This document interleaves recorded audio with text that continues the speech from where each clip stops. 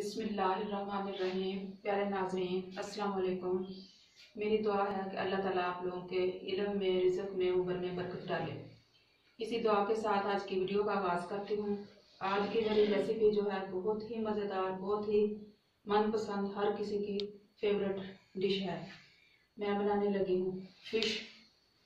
तो फ़िश को बनाने से पहले कुछ मराहिल से गुजारना पड़ता है, यानी इसको साफ़ करना एक इंतहाई, तलने से भी मुश्किल, इंतहाई मुश्किल काम होता है इसको सफाई करना। इसको साफ करने के लिए मैंने ये मेरे पास 3 किलोग्राम वजन है इसका, मछली का।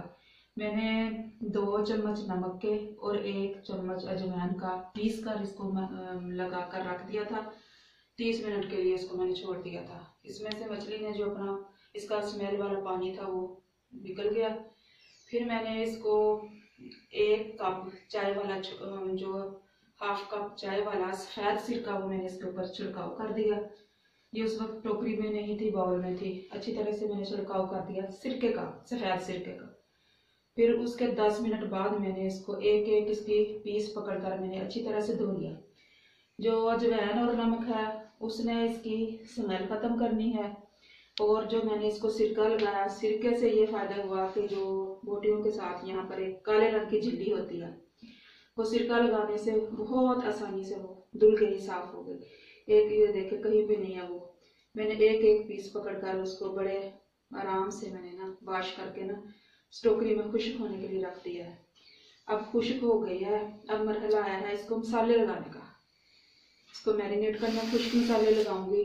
कोई नहीं, इसमें मैंने दही और इमली कुछ नहीं शामिल करना, मैं खुश्क मसाले ही लगाती हूँ।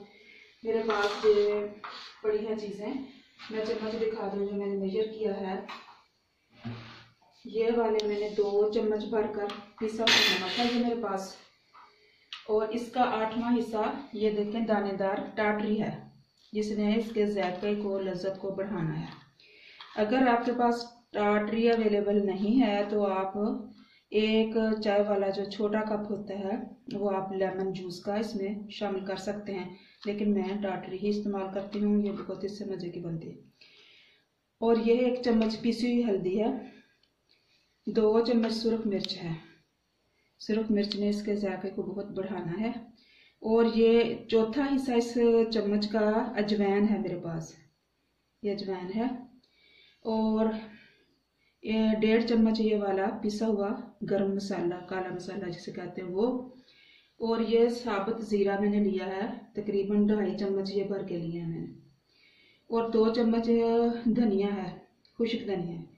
ये बाकी तो चीज़ें तो लोग पीसी हुई थी, लेकिन ये सफ़ेद ज़ीरा और टाटरी की वजह से मैंने इसको एक दफ़ा ग्राइंडर कर लेना है, ग्राइंडर में से गुजारना है इसको, ताकि ये यकजान हो जाए और इसको लगाने के काबिल हो जाए। चलिए बिस्मिल्लाह करते हैं। थोड़ा सा मैं इसको आधे मिनट के लिए ग्राइंडर चलाऊंगी।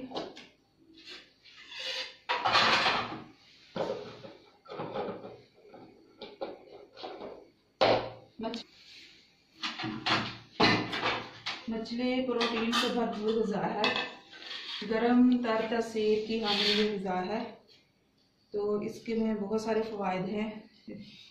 नरम और दूध हज़म इसका गोश्त होता है।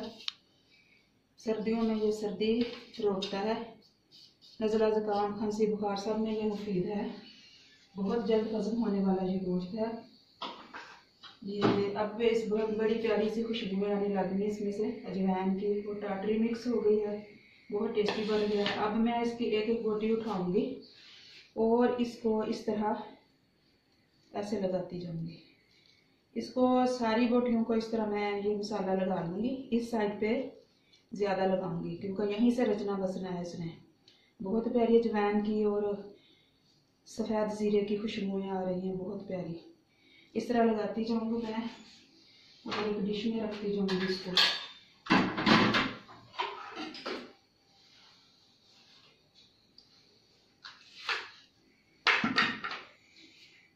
मछली के बारे में ये बात फरमाई गई है कि क़यामत के बाद जन्नत में जब जाएंगे अल्लाह ताला मुसलमानों को अपने प्यारों को उनके गुनाह माफ़ करने के बाद जब जन्नत में लेकर जाएंगे तो हम सब लोग जो है मुसलमान जन्नती अल्लाह ताला के मेहमान होंगे।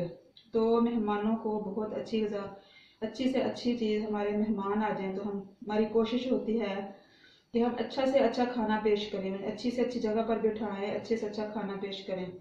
तो अल्लाह ताला हमारे गफूर रहीम अल्लाह ताला हमें सबसे पहला खाना जो हमारी मेज़बान करते हुए पहला खाना जो हमें खिलाएंगे जन्नत में वो मछली की डिश होगी।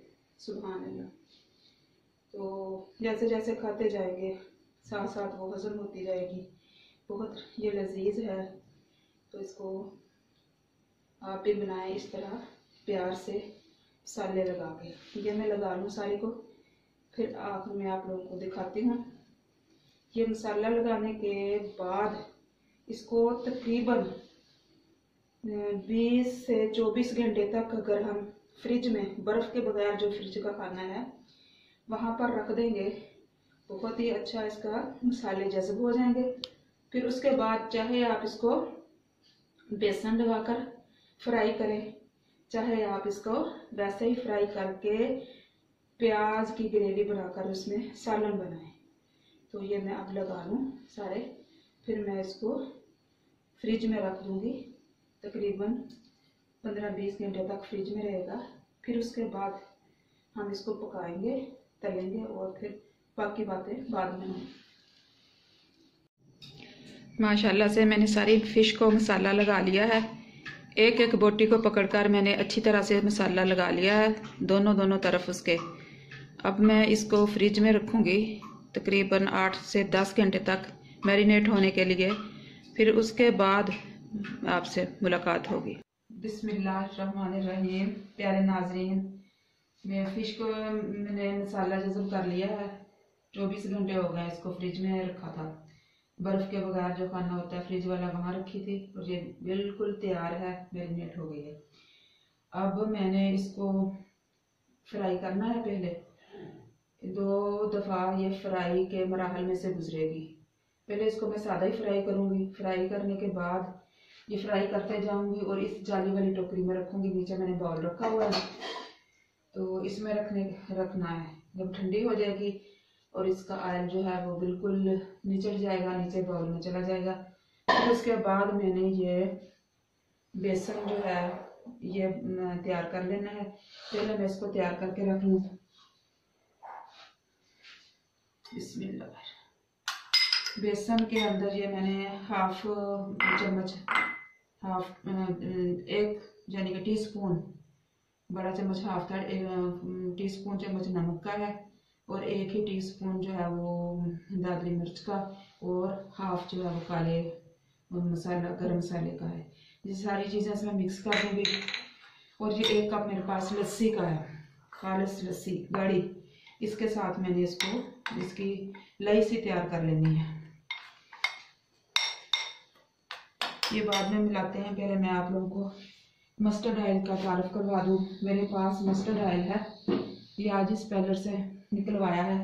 इसको हम डायरेक्ट स्पेलर से निकलवाते ही कच्चा इस्तेमाल नहीं करते क्योंकि ये नुकसानदेह होता है, इसको पकाना पड़ता है।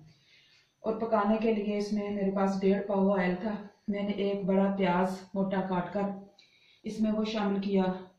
5 से 6 जो है मैंने लहसुन के छील कर वो इसमें शामिल किए और 1.5 इंच का तकरीबन 100 ग्राम उसका वज़न होगा जो अदरक था वो उसके मैंने छील कर पीस बनाकर इसमें शामिल कर दिए और इसको पकाया।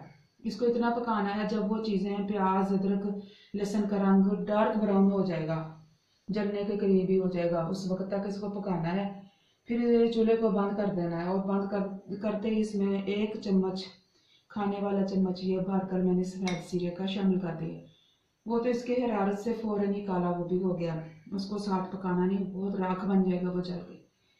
फिर मैंने इसको छलनी में छान लिया है इस ऑयल को। अब ये इस काबिल हो गया है कि इसमें मैं फ़िश फ्राई कर लूँ।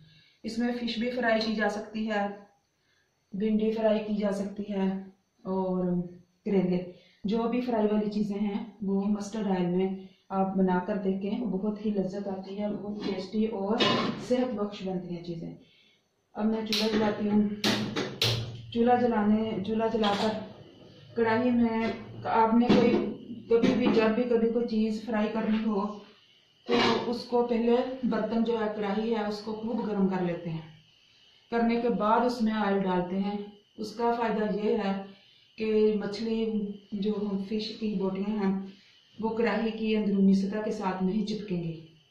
अगर हम कढ़ाई रखते ठंडी कढ़ाई में ऑयल डालकर आग जला लेते हैं तो फिर इसमें हम जो भी चीज़ डालें, चाहे शामी कबाब हो, पकोड़े हों, कोई भी फ्राई हुई चीज़ हो, वो अंदरूनी सतह के साथ चिपक जाती है। फिर उसको पलटते हैं तो वो आधी टूट जाती है। मैंने ऐसा नहीं करना, हमने कढ़ाई को पहले अच्छी तरह से खूब गर्म करना है। करने के बाद उसमें ऑयल मैंने ऐसे ही किया है, इसको पहले गर्म कर लिया था आपको दिखाने से पहले। फिर मैंने इसमें ये तो तैयार शुदा मेरे पास मस्टर्ड ऑयल है, सरसों का तेल खालिस, वो मैंने इसमें डाला है। ये अब इसकी जब गर्म होने की आवाज़ आएगी फिर मैं इसमें 2-3 पीस डालकर इसको फ्राई करूँगी। ये गर्म होते मैं आगे बना लूँ, इसकी लई बना लूँ। इसमें ये मैं इसमें शामिल कर देनी है लस्सी और इसको पेस्ट की शक्ल में बना देना, पतला पेस्ट। जब तक वो बना पड़ा रहेगा नरम हो जाएगा, फूल जाएगा। फिर जब तक वो जो मैंने फ्राई करनी है फिश वो ठंडी हो जाएगी, फिर इसमें डिप करके दोबारा उसको फ्राई करना। अब मैंने 100% फ्राई नहीं करना, 50% इसको 50 से 60-65% तक हमने इसको फ्राई करना है।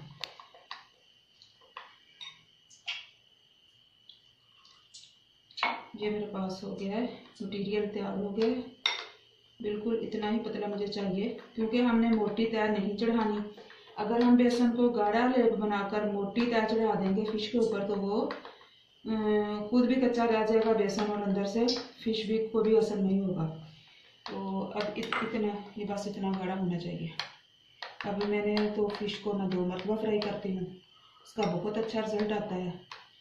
अक्सर देखा है लोगों को फिश फ्राई की होती है, जब खाने लगते हैं तो अंदर से वो कच्ची होती है, सारा ही मज़ा ख़राब हो जाता है। आप ऐसा करें, 2 मरतबा फिश को फ्राई करें, बेसन से पहले और बेसन के बाद, फिर देखना कितनी ये मज़ेदार बनेगी। अब ये मेरा ऑयल जो है वो गर्म हो गया, पकने लग गया है। इसमें मैं डालती हूँ फिश।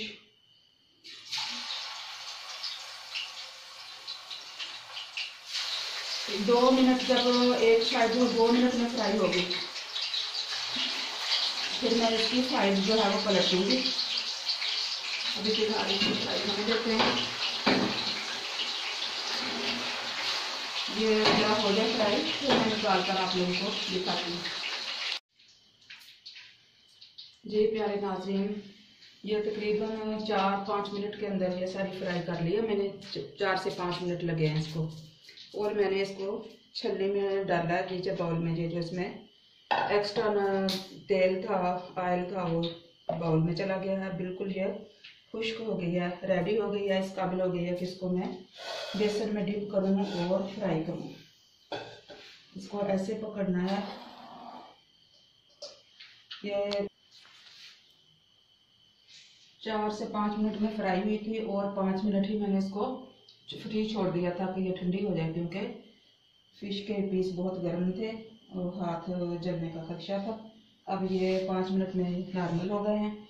अब मैं इसमें ये जो मैंने पेस्ट बनाया हुआ है बेसन का, इसमें नज़दीक ले जाती हूँ कटोरी को।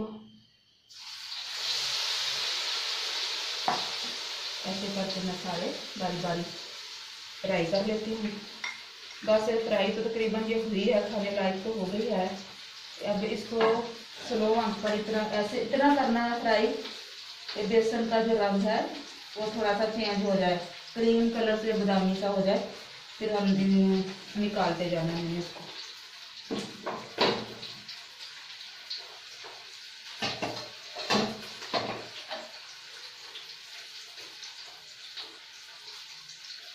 इसको ऐसे आराम से उठाना है। बहुत नाजुक होती है ये और इसको नाजुक लोग ही पसंद करते हैं, हार्ड लोग जो है इसको पसंद नहीं करते। स्मेल आती है, इस तरह की बातें बनाते हैं। हालांकि ये जन्नतियों की पहली दावत में फ़िश होगी। मुझे तो इसी बात पे इसको खाने का शौक़ चढ़ा रहता है कि जन्नत में भी जाके दे मिलनी है, दुनिया की भी खा के देख लें। अल्लाह ताला वो भी नसीब फरमाए मुझे भी और आप सबको भी। और ये मैं इस तरह करके इसको कर लूँ, फिर बाद में इसकी फाइनल लुक दिखाऊंगी। जी नाजरीन, ये बन गई है फ़िश फ्राई, बेसन वाली फ़िश फ्राई की फाइनल लुक। बहुत प्यारी खुशबू और बहुत ही जायका, बहुत ही लजीज है। आप भी जब कभी फ्राई करें तो आप मस्टर्ड ऑयल में करें। वैसे तो आप बनाती रहती होंगी कुकिंग ऑयल में, लेकिन मेरा कहने का मकसद है कि आप सरसों के तेल में फ्राई करके देखें, इसमें इसकी लज्जत में कितना इजाफा होता है। ये रोटी के साथ खाएं, जैसे चटनी के साथ, वैसे खाएं इसको। हर लिहाज से ये बहुत लुत्फ देगी। तो ये मैं एक और बात बताती जाऊँ आप लोगों को कि अगर बेसन पतला रह जाए तो फ्राई करने में दिक्कत होती है, तो आप फिर ऐसा करें, उसमें फ़ौरन ही एक अंडा फेंट कर उस पेस्ट में शामिल कर लें। फिर बहुत अच्छी तरह फ्राई होगी फ़िश, और वो क्रिस्पी भी बनेगी और वो टूटेगी भी नहीं, बहुत मज़ा देगी। और एक मैंने जब इसको मसाले वगैरह लगाने से पहले वाश किया था जब मैंने, तो मैंने बताया था कि इसमें आधा कप सिरके का शामिल कर लें।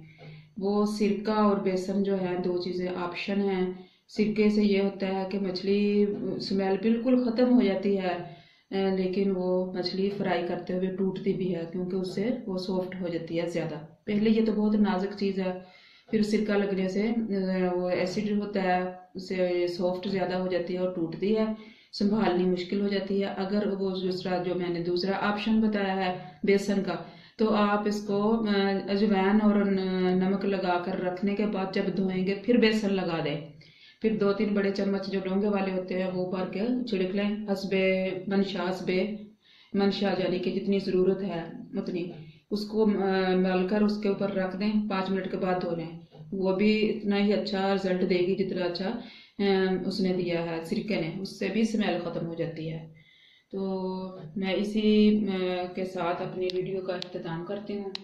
मैं आप लोगों के लिए दुआ करती हूँ कि आप जहाँ भी रहें खुश रहें, अपने घरों में शादोबाद रहें। अल्लाह ताला आपके रिज़्क़ में, आपके इल्म में, आपकी ज़िंदगी में बरकत डाले।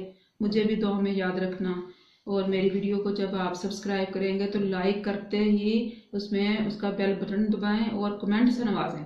कमेंट आएगा तो मुझे पता चलेगा कि किस बहन ने मेरी वीडियो देखी है और कितनी पसंद की है। अल्लाह हाफिज़।